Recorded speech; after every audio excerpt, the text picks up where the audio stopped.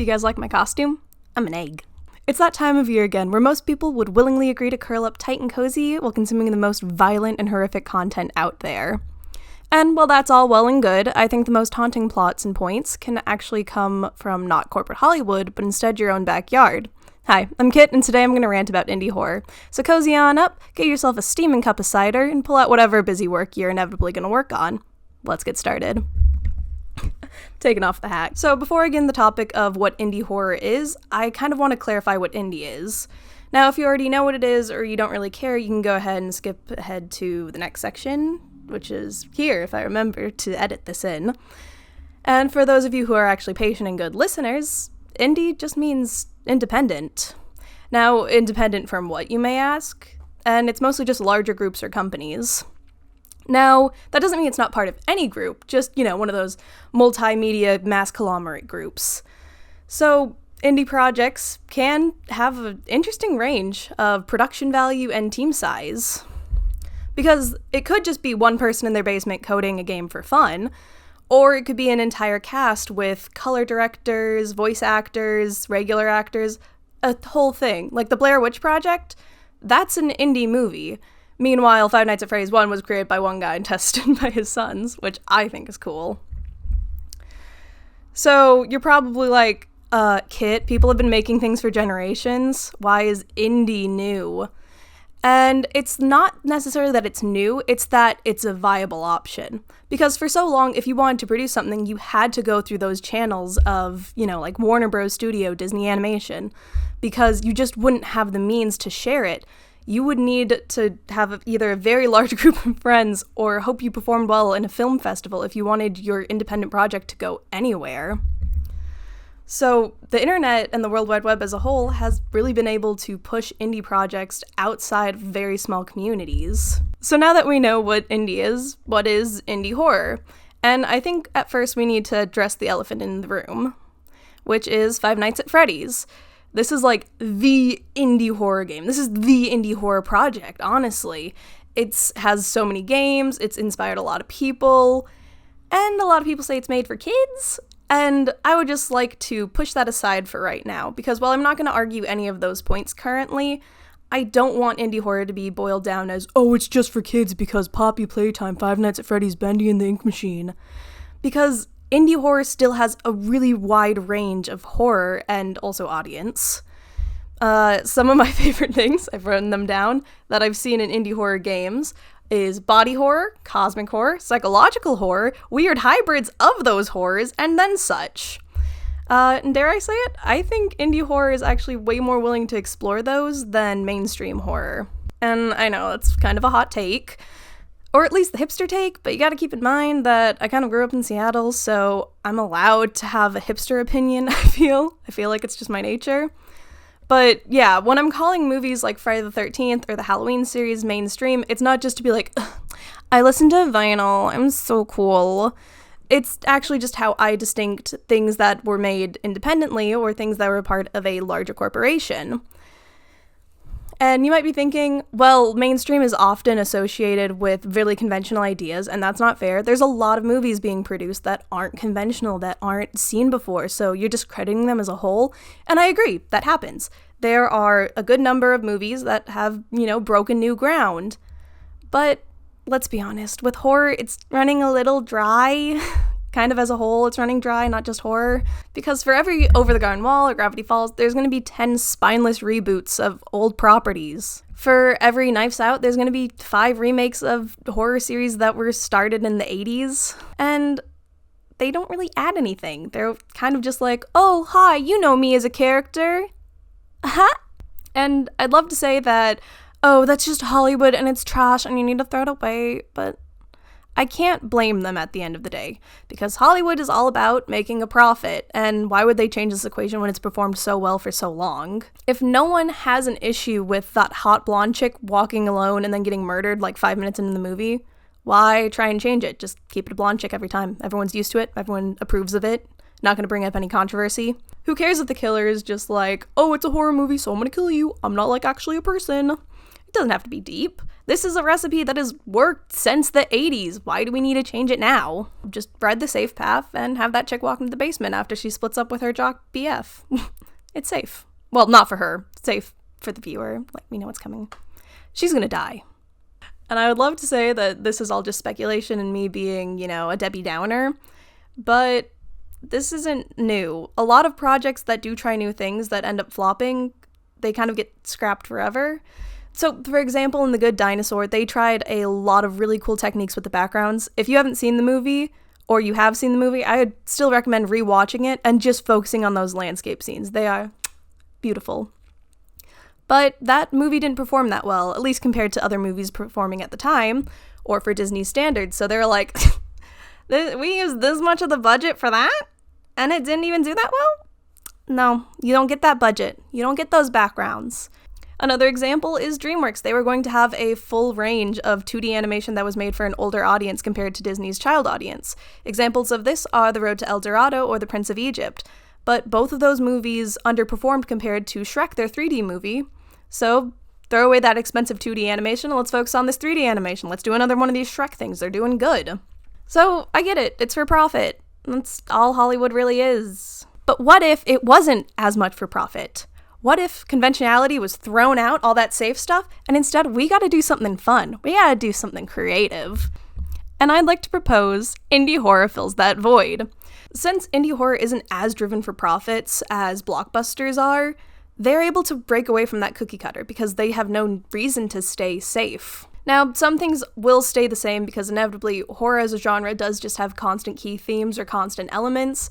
Like, guys, jump scares and tense violins are classics. We're not just gonna throw those away because we're like, I saw one movie use it once. But no longer do these characters have to be 2D, flat dimensional, safe script characters. One thing that I've seen a lot of indie horror do is play around with the antagonist. Because in major blockbusters, or at least recent ones, I'm so used to the killer being so boring and two-dimensional, just, I'm here to kill. And those characters suck because there's nothing you can work with. There's nothing for me to feel about the villain. And you could say, yeah, that's kind of the point. They're bad guys. You don't want to sympathize with them. And while true, I have a counter-argument. Disney villains. With the classic Disney villains, you get to understand them. Now, that doesn't mean you necessarily root for them. Some do. A lot do. Doesn't mean you root for them, but you get to understand why they were given powers. They give you something to work with. You understand their motives and you understand what they're doing is wrong, even if they have the means to do it. Kind of a morals lesson, if you will. So what I'm saying is, if Disney can do that, come on, horror, come on, give me something to work with. Now, not only does indie horror make their villains interesting, but like the entire cast of characters. Characters are no longer just black and white, good and evil. They're a lot more ambiguous. So how much is the evil villain actually evil and trying to kill people, and how much is it someone playing with a cosmic power they don't understand or realize yet? Is the protagonist actually a good guy, or is the protagonist just as bad as the rest? These aren't clear answers, and I love that. It gives you reason to be invested, to care. So an example of this would be in Five Nights at Freddy's. Yeah, I know I said I wasn't going to talk about it. I'm going to talk about it. It's a good example. Five Nights at Freddy's. Clearly, William Afton, the purple guy, is not a good guy. He kills kids. That's messed up. And then you kind of remember his story, or at least if you're in the fandom, you piece together his story. He had 2 kids that were murdered because of the robotics he made. One by accident from his older brother, and one because of a program he did. But he tried to warn her, stay away from it, and she came and got killed. So, 2 kids down. He's clearly grieving, his family's falling apart, his wife's probably not happy, the brother's probably traumatized from killing his younger brother, and can you blame him? He kind of loses his mind. He is still a bad guy, even though he's grieving. But what of the animatronics? They were the murdered kids. Are they heroes? They are forever trapped in these cold, lifeless mascot suits, and they want revenge, fairly. But in the process, if they see any adult wearing any of that suit that William wore the day they were killed, they're gonna murder him, which has led to at least a few innocent people dying and suffering under these animatronic clutches, like Phone Guy. And then they finally kill Purple Guy! Yay, they can go to heaven or hell or wherever! Their life dictated. Except Cassidy won't drop it. Cassidy is the name of one of the spirits residing in Golden Freddy. It's a whole thing. Watch someone else explain it. I can't do justice. Wendigoon, he has a very good video. Matt Pat, he has a lot of videos, but they're a little bit more everywhere. But Cassidy won't drop it, and she needs to make sure he's constantly suffering because hell's not enough for William Afton, which leads to the event of Ultimate Custom Night.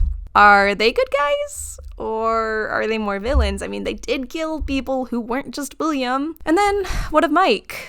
William's son, his only surviving son. What is he? Is he an antagonist? Protagonist? We play as him. He was the one who kind of kicked everything off, even if it was by accident. And he's just kind of going through the games. Is there a hero of Five Nights at Freddy's? Or is everyone just a villain in their own right?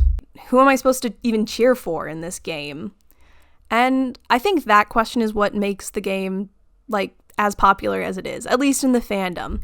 Because there's really no good or wrong side. Like, you can objectively say William is a bad guy. He murders kiddos. But he was a person before that. He didn't just murder kids like we thought in Five Nights at Freddy's 1. There was a whole series of events that led to that. So I've seen people kind of come from every side. Like, the people who like Purple Guy typically enjoy him in the later games. Well, in Five Nights at Freddy's 1, there was that, like, brief period of time in the fandom where he was just, like, a guy who murdered people and people thought it was fun. It was weird. It was weird. Here's an image. It was weird, kind of, honestly. But I think most of the fans of William Afton these days are people who liked him before and then maybe during the period of his suffering before he went on a... Well, that's Springtrap, and that's Peepaw Willie, and that's a different story. And then I see people who are big fans of the animatronics and kind of want to dig into those kids' lores. Great examples of these would probably be the analog horror tapes of Five Nights at Freddy's that you can find on YouTube. And they're really good, really unnerving. And there's a bunch of creators for it. And then I see people who sympathize with Mike and point out that he probably is constantly feeling guilt about all of this. And also he's, like, died way more times than his dad somehow. He dies almost every game, guys.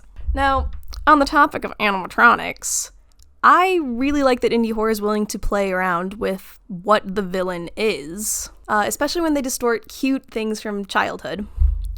Like, we've had movies before that focus on puppets or dolls that are demonically possessed or whatever, but they almost always go for the creepy form just by default. So, for example, Annabelle is based on a real doll who was really demonically possessed, and they made a movie about her, except the movie used a porcelain doll, which is not true to life.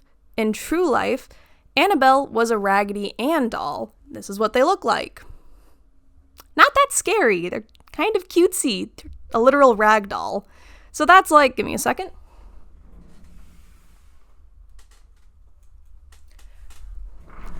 That's like if I was making a movie and this is what it was based off of. This cute, squishy, inoffensive toy. If this is what was possessed, and instead I was like, oh, it's too cute. I can't do that. And I had something like this instead. Those aren't equivalent. Bonnie's gonna take a nap. And I guess I don't blame them. That does look like it would be hard to make scary. Raggedy Ann's, these soft, fluffy Muppets are hard. Even the ventriloquist dummies they use, they can't use the cute, fluffy ones. They almost always use ones that are kind of disturbing, or usually the ventriloquist dummies that are hard and plasticky instead of, I'm a Kermit! And I have to wonder if all of these decisions are just because it's too hard to make something cute scary. It's not possible. A monster has to be a monster by default before we can make it into a movie. Because personally, I don't think that's the case. I remember the scene in Toy Story where the toys come to life to confront Sid. That frickin' terrified me as a kid. And it wasn't because the toys were scary, because we already established, oh, they're just messed up, but they're good on the heart. They're just toys. What scared me was that shouldn't be alive, and why is it interacting with humans? Because in the world of Cars, I'm not coming out of the theater and being like, what if cars are sentient? Because it was a world of cars. But in Toy Story, it's a world of toys with a world of people. Toys can interact with people. I didn't like it. It introduced a horror to me that I wasn't aware of. It was the idea that these things were alive, and if so, they could frick me up. But anyways, in comes Poppy Playtime! It's gonna get mentioned, you know it was. And Poppy Playtime's first monster was Huggy Wuggy, which is based on a 1980s looking plush that looks like it was kind of made for toddlers, at very least like 4-year-olds. And the one they introduced, he's so clean and so floppy, and you just want to high-five him and give him hugs. And yeah, during his jump scare, he does have sharp teeth, dilated eyes, drool, whatever. But when he's kind of lurking towards you and missing from his pedestal and crawling through the vents, is that still comfortable? I don't think it is. I think it's terrifying to see that floppy little guy run around to murk me. He's a far cry from typical horror. He looks like one of these guys. He's not scary, but he's still terrifying.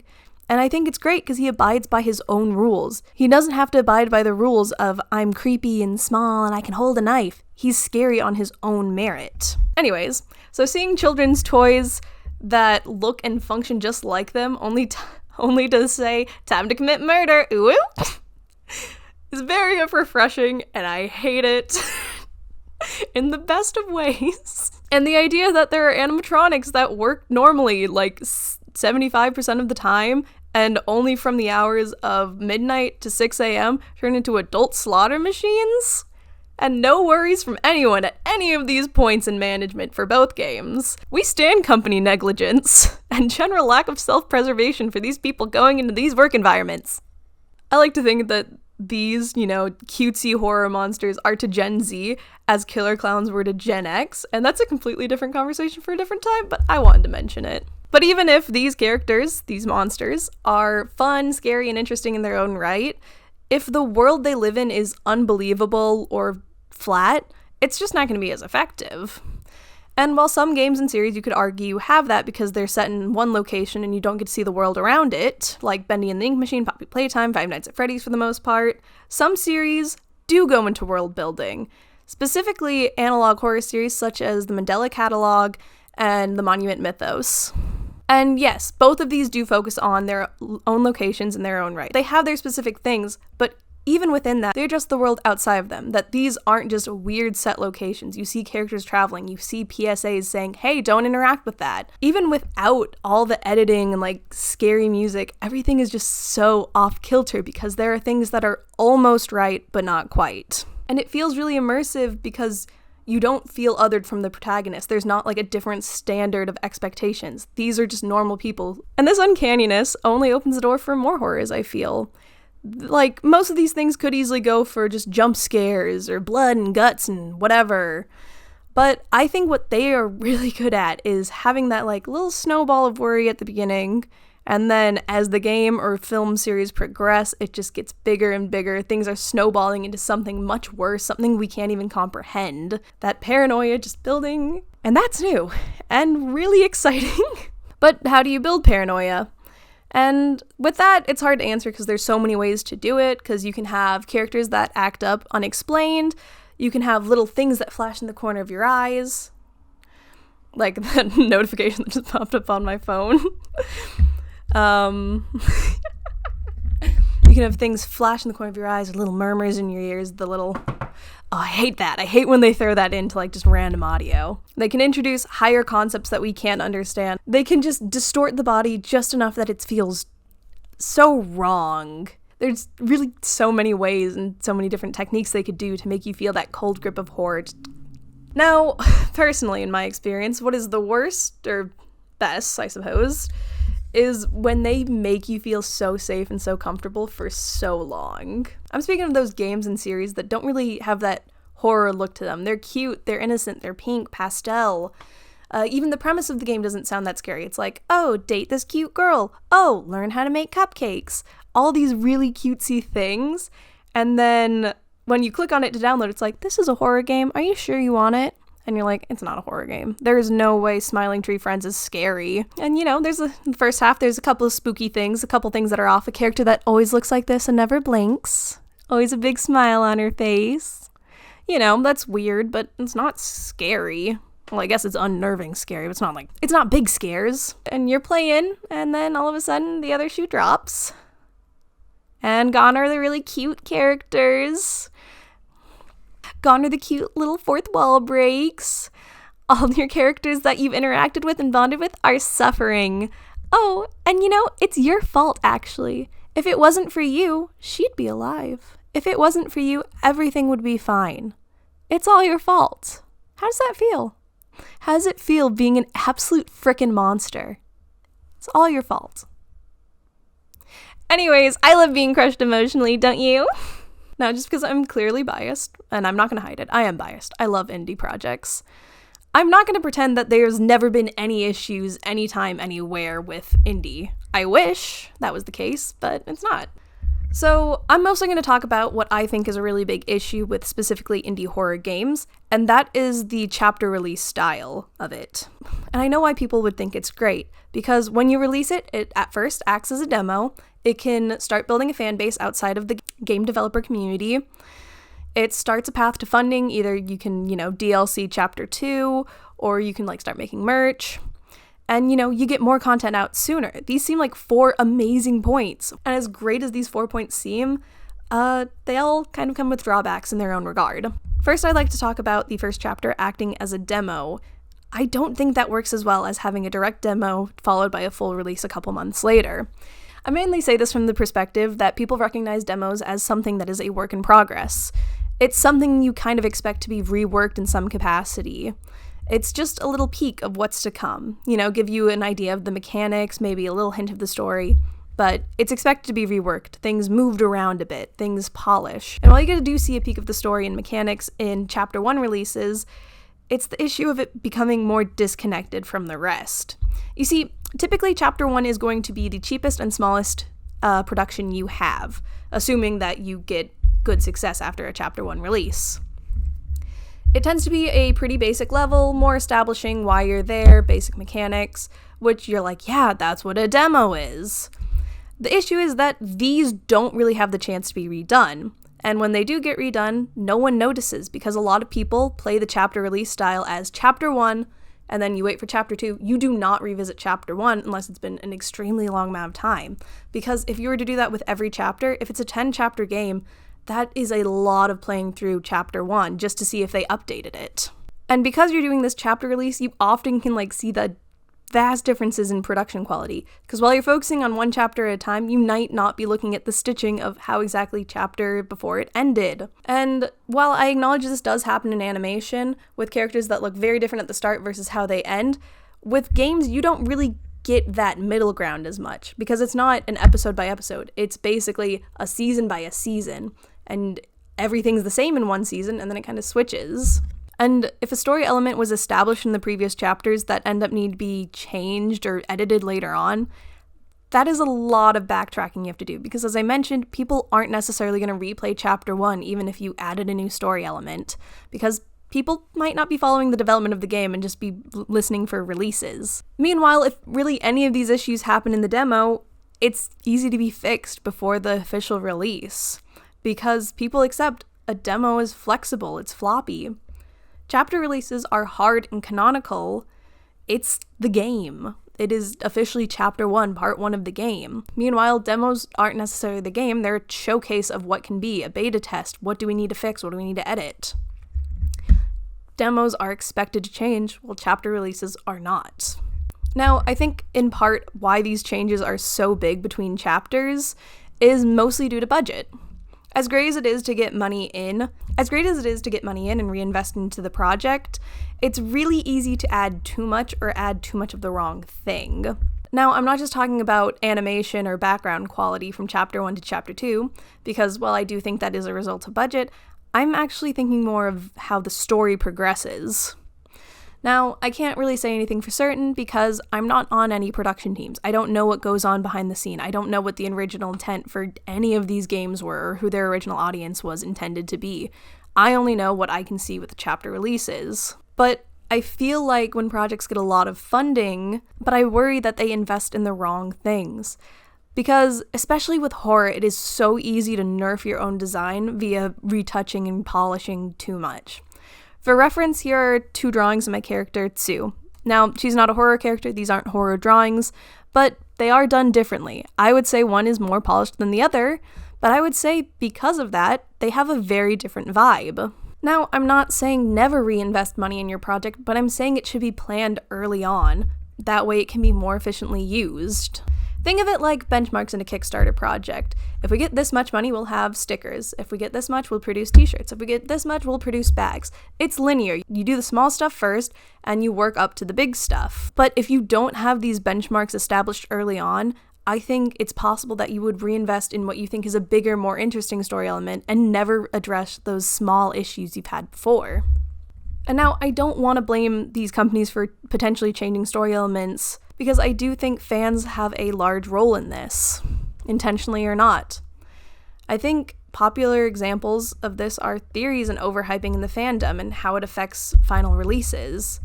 Now, I would like to clarify, there is nothing wrong with being a fan. And this is no hate to game theory, I watch a lot of MatPat's videos, but I think it can cause issues in a chapter release model style. Because when you have a mob of people saying, oh, this should happen because it makes sense, or if that happens, I'm gonna be so done with this game, or we should have more fight sequences, that was really cool. You're kinda gonna feel pressured to do that, especially if that's the people who are funding you. I can say this with a good bit of confidence because I was an art major, and since I was graphic design, I had to take a story writing class. And the character I wanted to write was not a traditional Western style. It was a bit more like an anime, I guess, because I'm heavily inspired by anime, because I'm a weeb. So I had a character who was a yandere. She was not well in the head, she had screw looses, extremely volatile, and I juxtaposed that with a very cute character design. She was a bunny. And my professor and a couple of my classmates didn't understand that, so almost every critique at the beginning, they're like, are you sure? She doesn't seem very nice. You wouldn't want her to be the protagonist, would you? And I'm like, yes, I do. That's the point. I wanted to have that contrast. I bring it up because when you're getting that much pushback to change something, it's hard to just stick by your guns and say, no, this is the story. This is what's happening. Especially if they're people who are funding you or you feel like you have to please in some way. So, if fans thought a fighting mechanic was cool, even though you were primarily a puzzle game, you could probably throw in a couple of boss fights, right? And if people are saying, oh, well, the gameplay of the last few games are all the same and boring, well, we'll change it up. You want free roaming? Is that what you want? And once again, this is not me telling these companies to not listen to feedback or anything. Feedback is good. But at some point, you also have to know when to stick by your guns and know what you're all about. As for getting content out sooner rather than later, that one's mostly fine. Like I said, it does have a couple issues. Like, if you have some plot set in stone in previous chapters, but then you end up needing to rework it, it's going to be a lot of retconning and backtracking. It can be an issue because not everyone's going to go back and replay those chapters even if you remake them. But like I said, I've touched on this stuff. I don't want to get too into it because this is like a pretty warm milk point. But, I kind of thought I had to mention it regardless because in high school English, they said if you say it in your hooker sentence, you gotta say it later. So, thanks. Now, after all of this, do I think a chapter model is always failed to doom? That it's just the worst thing ever, never do it? Not necessarily. I don't think it's always doomed to fail. I do think these are major plot flaws that you have to be careful of. And I think it can succeed because of analog horror series I've seen on YouTube. Each season of it is released over the course of a couple weeks, and I'm not positive on how the production for this works, honestly. This is mostly just me assuming things, because they can either have everything finished in that season and then just release it on a weekly model, or they can be working through stuff while they're releasing it. But I think what's common in all of these is no matter which one they follow, they always have the plot for at very least the season finished before they, go out and do things. So even if they get a lot of fan feedback, it's like, well, too late, set in stone. This is the story that we're going with. And I'm not positive for the story in full because, like I said, I don't know how these things work. But I'm pretty sure they also have overarching rules for the world. Like Mandela Catalog, I'm pretty sure one of their overarching rules that they haven't mentioned is basically no technology. It's like no GPS, no TV, I think even maybe no radio, and it's because the alternates can communicate through it. That's rule 1. And they never address it fully, but it's been a thing you see in season 1, season 2, probably seasons going forward. Now, once again, this is just me assuming how these things work versus how games work. But I think if you want a chapter release style, you need to have a very solid skeleton, if not a meaty skeleton, before you kind of go into this. You need to know what you're doing, when you're doing it. just so you know, you're not going to run into these conflicts, because even if fans are like, oh, we hate that guy, you're like, well, too bad, he's the main character of the next chapter. Get used to it. So there you have it, indie horror. I originally planned to talk a little bit more about specific series and games during this video, but it got really cluttered and kind of derailed more often than I wanted it to, because if you couldn't tell, I love talking. I made this video for you. I hope you enjoy it. And I know what you're thinking. Hey, this video was already pretty long. How bad could a couple examples be, so at least I could look something up? So it was a 7-page script, single space, 11-point, like Arial, I think. And it was a lot messier. I have a copy of it. Maybe one day I'll record that verbatim, or like I'll do it on stream or something. So even though I cut out a lot of mentions I originally had, I still want to recommend to you 2 channels that were in the original script that I kind of only touched on. Like, I never said their name. I said one of their names. But these 2 channels do a lot of indie horror. One does more film stuff, one does more game stuff. Bendigoon does videos explaining horror, and he's covered a couple analog series such as the Mandela Catalog Season 1. He's currently working through the Backrooms. You know, all these really cool ones that I mentioned. I actually learned most of them through him, so you can thank him for that. But he also does videos that just go through, like, folklore, like The Lights in the Appalachians. He covered that recently. And he covers actual books, so he covered Frankenstein. He has a really chill voice, and he's taught me very much about horror that, like, I kind of just accepted at face value. I was just like, yep, you just exist in the back room. And he's like, actually, that's not what happened there. And I was like, oh, that's not what happened there? He's also covered the FNAF timeline, like I mentioned earlier, unless I cut that part out. In which case, I'm sorry. I mentioned it and maybe cut it out. And the other channel I'd like to recommend is Manly Badass Hero. Now, I know that name's kind of silly and inappropriate because it has ass in it. But he's a really cool content creator. He plays a wide variety of indie horror games, and then a lot of them are a part of game jams. And he doesn't play up scares, which I really appreciate. And that's actually how I ended up falling asleep not once but twice during his Chapter 2 Poppy Playtime playthrough. Also, his titles for his videos are really fun, and I love him for it, especially compared to his tweets where it's just like one word and then the link. Both of these men are huge nerds in their own regards, but like the good kind of nerd, unlike me, who is just a nerd. Indie horror isn't possible without you, fair viewer. If you find a game or a series that you really like, support them. And that doesn't mean just throw money their way. It's word of mouth, making some art, following the creator so you know updates of their projects they're working on, etc., etc. If you've been watching a lot of like explain videos or walkthroughs of these games, I'd recommend either playing the game yourself or watching the original content, because, you know, views and clicks are really important, because even if it's not being paid for, it is like, oh, people like this, yay. Speaking of support, make sure to smash that like button and subscribe if you like this video, and if you want to see more like it. And if you hated the video, I'm so sorry you watched this whole thing, however long it ended up being.